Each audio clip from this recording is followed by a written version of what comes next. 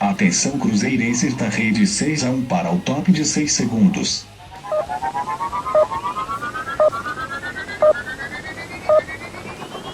E aí galera, tudo bem com vocês? Bom, assim como combinado ontem quando fiz o vídeo aí de melhores revelações do Cruzeiro, pelo menos que eu vi jogar, hoje é dia de fazer o vídeo então exatamente do oposto, né? Das piores crias aí da nossa base que eu vi jogar nos últimos anos. Já de início eu vou pedir para você deixar o like no vídeo, porque sempre fortalece muito pra gente, para se inscrever no canal caso não seja inscrito e queira receber outros vídeos, e para usar os comentários aí para deixar então a sua escalação gloriosa das piores revelações da base do Cruzeiro. Antes de começar a lista, eu gostaria de ressaltar que esse vídeo é feito com o apoio do OneFootball, tá? Que é o maior aplicativo de futebol do mundo aí, com mais de 20 milhões de downloads. É um aplicativo 100% gratuito, tá disponível para Android e iOS e você pode baixar pelo link que tá aí na descrição, beleza? Então vamos à lista. Vou começar esse time horroroso aqui com um goleiro chamado Rodrigo Poço. Se você não viu ele jogar pelo Cruzeiro, sorte sua, porque ele era um goleiro realmente muito ruim na minha visão. Eu realmente não gostava dele com a camisa do Cruzeiro. Ele que passou depois vários anos jogando no Ipatinga, né? Um clube que era meio filial do Cruzeiro. E contra o Cruzeiro o cara virava o próprio Dida Branco. Era impressionante como ele catava bem contra o Cruzeiro. Mas na época de Cruzeiro, Rodrigo Poço foi, digamos que, um pouco desastroso. Aquela boa e velha mão de alface que a gente tanto odeia ver no nosso time, né? Na lateral direita eu vou colocar um rapaz que é tão bonito quanto bom. O lateral direito Marcos, um jogador que realmente marcou época pelo seu grande futebol apresentado. Ele que era cria da nossa categoria de base, rodou por vários clubes por empréstimo. Aí em 2012 o Cruzeiro falou assim, vamos dar uma oportunidade ao Marcos. Essa oportunidade durou uns 6 meses, assim, e foram 6 meses bem complicados, porque ele realmente tinha muita dificuldade, assim, em jogar futebol mesmo. Digamos que o grande problema dele é que para um lateral ele era muito lento, ele não era um jogador rápido.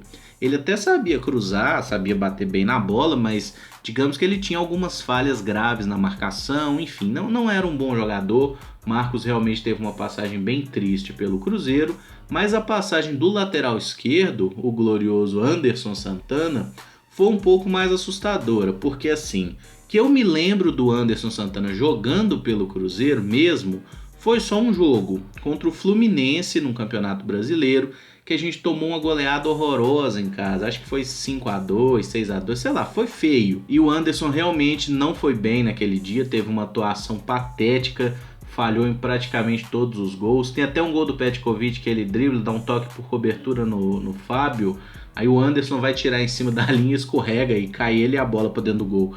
Enfim, foi uma passagem meio triste pelo Cruzeiro, e ele jogou em vários outros clubes do futebol brasileiro, também não conseguiu mostrar muita coisa, jogou até no futebol português também, mas o Anderson Santana não teve aí uma carreira de muito sucesso, digamos assim. Já esse zagueirão aqui, ó, Emerson Nunes, esse é o tipo de jogador que eu realmente não gosto, porque sabe aquele jogador que passa uma tranquilidade, uma segurança, fala, não, tá tranquilo, aqui sou eu.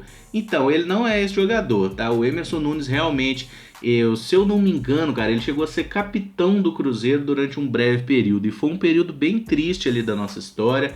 Era um zagueiro relativamente baixo, devia ter ali mais ou menos 1,80 m, então ele era presa fácil por cima, por baixo também era difícil, não era um jogador rápido, enfim, ele era um zagueiro bastante ruim durante a sua passagem pelo Cruzeiro. Já o nosso quarto zagueiro é um meme ambulante, né, Irineu, você não sabe nem eu, foi revelado na categoria de base do Cruzeiro, era capitão da base, inclusive era dito como um bom zagueiro e tal, até subiu, conseguiu fazer alguns jogos até bons, mas a grande maioria não foi, tá? Ele realmente não teve boa passagem pelo Cruzeiro, ele que tinha um visual muito estiloso, com esta bela cabeça, né? Era uma das maiores cabeças da história do futebol, e tinha algumas dificuldades técnicas graves, vamos deixar assim, até para não falar mal aí do profissional também.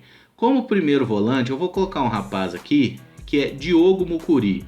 Aí tem gente que vai falar, mas aí ele teve problema de coração, ele realmente teve problemas de coração, que não pôde, né, dar prosseguimento à sua carreira. O problema é que enquanto o Diogo Mukuri estava jogando, ele era ruim, né? A gente não pode fingir que o cara era bom também, só porque ele teve uma doença que fatalmente impediu a carreira dele de prosseguir normalmente. Era um jogador que, na minha visão, pelo menos, tinha problemas muito graves na marcação, assim. Ele até tentava marcar, era carrapato, assim, mas com a bola no pé realmente não rendia. Inclusive, quando eu vi Federico Gino em campo, eu confesso que me lembrei um pouco aí da passagem de Diogo Mukuri pelo Cruzeiro, um jogador que realmente não teve muita sorte na carreira aí, né? E acho que ele até hoje está processando o Cruzeiro por algo relacionado a um tratamento que não teria sido bem feito no problema dele de coração e tudo mais. Mas eu prefiro não entrar nesse mérito, tá? O que a gente está julgando é só o desempenho em campo mesmo.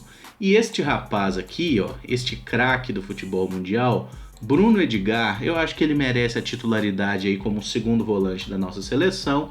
Ele que realmente não conseguiu jogar bem quando teve oportunidades pelo Cruzeiro. Era tido na base como um jogador muito promissor e tudo mais, mas o tempo acabou mostrando que a grande questão dele era realmente física, né? Porque o Bruno Edgar era um cara de 1,90 m, um cara muito forte. E na base isso devia realmente fazer a diferença para ele conseguir impor seu jogo. Porque quando saiu pro profissional, realmente ele não conseguiu jogar bem. O Paulo Bento até deu várias oportunidades para ele ali, acabou não dando nada certo. Ele passou por empréstimo lá pelo Vitória, atualmente está jogando no futebol português.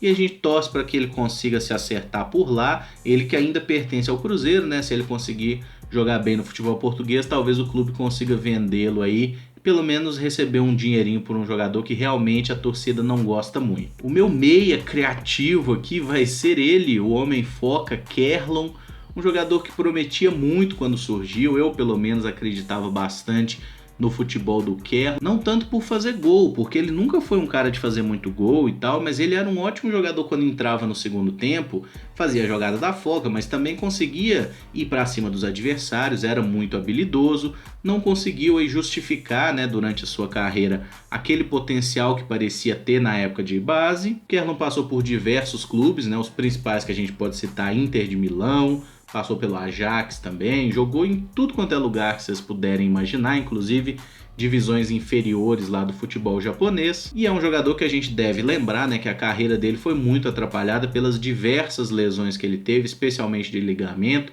Acho que foram umas 4, 5 cirurgias que ele fez.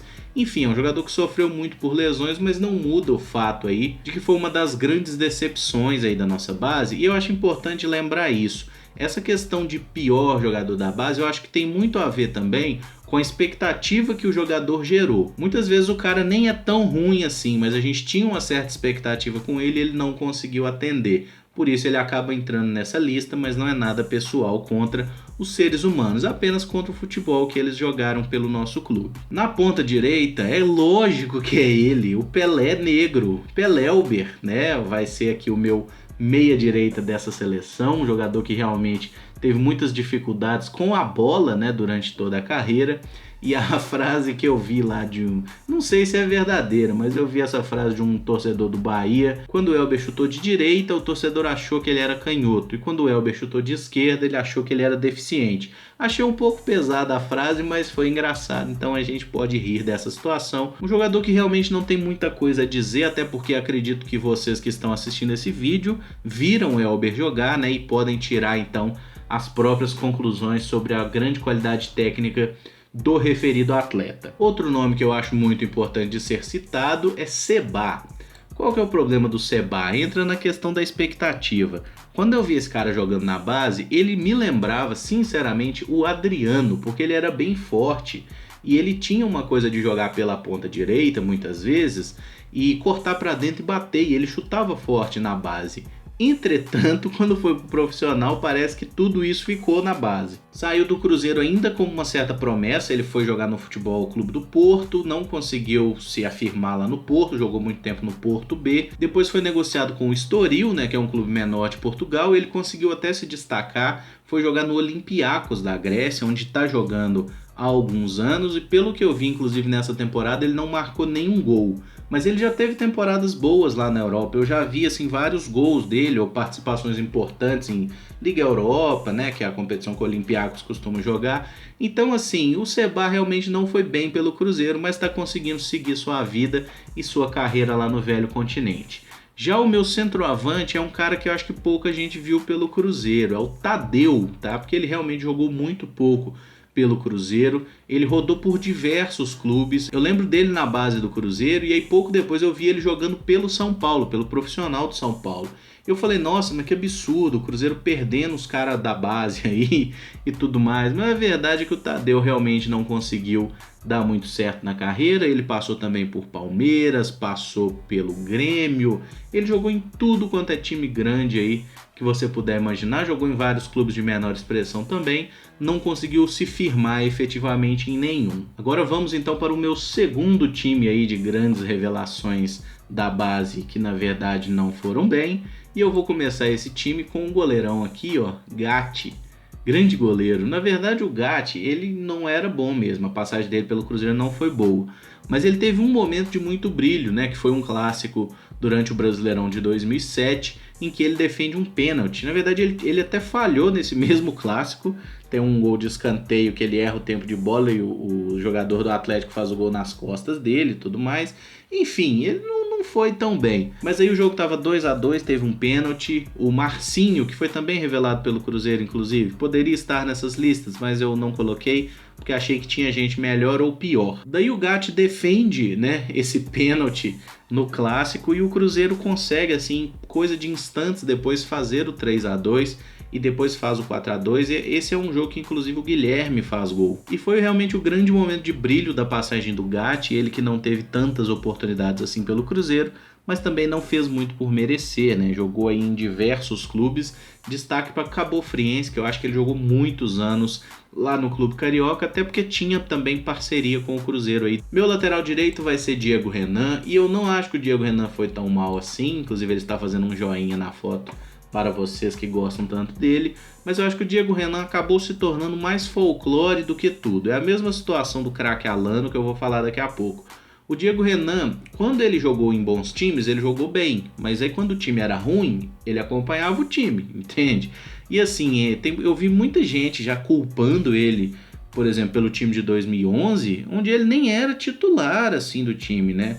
Até que aconteceu realmente, eu lembro de uma falha grave dele contra o Atlético Paranaense, um jogo que inclusive eu saí de lá falando, caras, realmente caímos, tá? Foi triste, mas a Série A não nos verá ano que vem. Felizmente eu estava errado. Mas assim, o Diego Renan não foi um grande jogador pelo Cruzeiro, mas tem até uma carreira ok, teve bons anos lá no Vitória, teve uma passagem ok também pelo Vasco, enfim. Eu não acho que ele seja tão ruim quanto o pessoal pinta assim, mas realmente a passagem no Cruzeiro foi longe daquilo que a gente esperava, né? O Diego Renan, que era capitão da base, era um jogador de muito potencial, pelo menos o que a gente acreditava até então.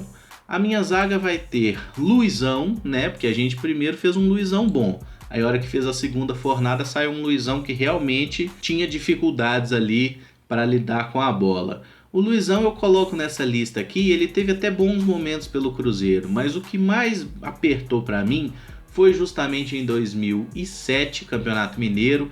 A gente tinha perdido o jogo de ida de 4-0, ele demitiu o Paulo Autuori, aí entrou o Emerson Ávila, né, como um treinador quebra-galho ali do time, e o Cruzeiro botou um time cheio de jogador da base, inclusive o Wellington, zagueiro, que não está nessa lista porque tem piores e melhores, né? Assim como falei também do Marcinho. E a gente consegue fazer 2-0 no Atlético ainda no primeiro tempo. E a gente estava jogando muito bem com o time de garotos assim. E dava para ver o Atlético cagando de medo. Porque se o Cruzeiro devolve o 4-0, a gente seria campeão, porque tinha melhor campanha. Então a gente estava ganhando de 2-0 e criando muitas oportunidades, sendo melhor que o Atlético sofrendo mesmo para segurar, com o cu na mão. Aí o nosso amigo Luizão aqui resolve dar uma porrada em alguém do Atlético na barreira e é expulso. Aí o que acontece? A partir deste belo momento, o time perde força, não consegue dar a volta no placar e o Atlético é campeão mineiro. Então por esse momento eu acho que o Luizão merece ser citado aqui. Ele depois voltou ao Cruzeiro em 2009, né? Ele foi vendido lá para um futebol do Uzbequistão, se eu não me engano. Teve uma época que o Filipão tava lá, levou uns brasileiros lá pro Uzbequistão. Enfim, o Luizão ficou por lá, depois foi pra Suíça, enfim, rodou um bocado. Depois acabou voltando pro Cruzeiro em 2009, mas acho que nem chegou a jogar mais. O meu outro zagueiro é um cara que entra totalmente no que eu falei sobre expectativa, que é Gladstone. Tem toda a história dele lá com a fralda de 2003, que ele entra e faz um jogo muito correto, a gente é campeão da Copa do Brasil. Depois de 2004 também ele vai parar na Juventus, a Juventus levou ele por empréstimo, ele ficou um tempinho lá na Itália, a Juventus acabou não querendo comprá-lo, ele voltou então para o Cruzeiro. Em dados momentos foi inclusive titular, ali 2006, 2007 ele era titular do Cruzeiro. Teve bons momentos, depois teve momentos bem ruins também, começou a falhar demais, até ser aí emprestado a vários clubes, até acabar o contrato dele. E é um cara que decepciona porque a gente esperava muito o futebol dele e ele não conseguiu mostrar. O lateral esquerdo, eu confesso que inclusive eu nem vi tanto dele assim, que é o Alonso. Eu lembro da cara dele, eu lembro dele jogando no Cruzeiro, mas eu não lembro muito. E muita gente fala que ele era horrível pelo Cruzeiro, eu realmente não tenho muitas informações, fui mais na opinião dos outros, até porque não tem tantos laterais assim revelados pelo Cruzeiro que eu poderia colocar aqui. Mas o Alonso ficou no Cruzeiro ali finalzinho da década de 90, início dos anos 2000 e realmente nunca conseguiu fazer nada de brilhante. Depois que saiu do Cruzeiro passou por inúmeros clubes menores aí e fica o registro aí então como esse lateral esquerdo. Já na posição de volante, esse sim eu vi, tá? Kleber Monteiro, um jogador que inclusive joga aí no Cruzeiro de Masters atualmente, mas eu achava o Kleber Monteiro muito ruim, assim, um desses caras que tem dificuldade com a bola mesmo. Não gostava do futebol dele, ele era um volante, às vezes quebrava galho de lateral, de zagueiro, enfim. Era o tal do jogador útil, né? Mas não por isso significa que ele seja um jogador bom. O meu outro volante é um cara que passou até por seleção brasileira, Marcos Paulo. Eu confesso que eu odiava o Marcos Paulo, eu não gostava dele. Ele errou um dos pênaltis na nossa eliminação da Libertadores 2001, né? Que fomos eliminados para o Palmeiras, onde tem aquele clássico erro do Jackson que isola a cobrança de pênalti. O Marcos Paulo, se eu não me engano, foi o cara que errou o último pênalti, o que realmente nos eliminou. E eu acho que isso pesa muito no fato de que eu não gosto desse atleta, ele que passou pelo futebol europeu, jogou no Sporting de Portugal e tudo mais, mas não conseguiu desenvolver a sua carreira como prometia na base e até no início do profissional. Agora falando de jogadores mais da frente, eu coloco aqui Bernardo como camisa 10 desse time, muito por aquilo que eu falo, expectativa gera frustração. O Bernardo era um cara extremamente talentoso, ele chegou a jogar com o Dudu, né, que inclusive eu coloquei na lista de melhores revelações. O Bernardo teve até bons momentos pelo Cruzeiro, ele batia muito bem na bola, cara, batia falta, batia escanteio, tinha muita qualidade técnica, visão de jogo e tal. Acabou se perdendo aí na carreira de jogador de futebol, né, nas loucuras da vida aí. E era um cara de muito potencial, assim, eu acho que todos nós esperávamos mais dele. Ele ainda é novo, deve ter uns 26, 27 anos aí. Vamos ver se ele consegue se recuperar na carreira. O meu outro meia vai ser Alano, que eu coloco mais pelo apelo popular, que as pessoas não gostam do Alano, mas eu acho que o Alano ele foi um cara extremamente injustiçado no Cruzeiro, não pelo fato de que eu acho ele bom, eu não acho ele tecnicamente um bom jogador, eu acho que ele tem muitos problemas aí nessa fase do jogo. Só que o Alano ele era um cara que jogava pro time pra caramba, ele se doava demais em campo, ele era taticamente importantíssimo, tanto que ele era titular com todos os treinadores. Só o David que botou ele no banco. Jogou de meia, jogou de atacante, jogou de volante, jogou de lateral. Ele jogava onde dava, tecnicamente era realmente um jogador com limitações e que o Cruzeiro negociou, ele tá lá jogando no Estoril, no futebol português, inclusive não é um jogador ruim, ele é até titular lá, tem certa importância, tem seu potencial e acho que pode ainda conseguir aí fazer uma boa carreira lá no futebol europeu. Já o meu ataque vai ser composto primeiramente por Diego Clementino, é um cara que conseguiu fazer até um número razoável de gols pelo Cruzeiro, ele que começou a ter oportunidades ali em 2002, 2003, aí 2004, 2005 ele jogou bastante, depois passou por outros clubes grandes, inclusive o Grêmio, onde ele conseguiu até ser talismã lá do Grêmio durante um tempo, mas ele apareceu tão bem, cara, ele tinha um apelido de Serelepe lá, porque ele realmente era um jogador muito rápido, habilidoso, assim, insinuante, só que ele tinha um problema muito grave de finalização, e isso acabou atrapalhando muito a carreira dele, né?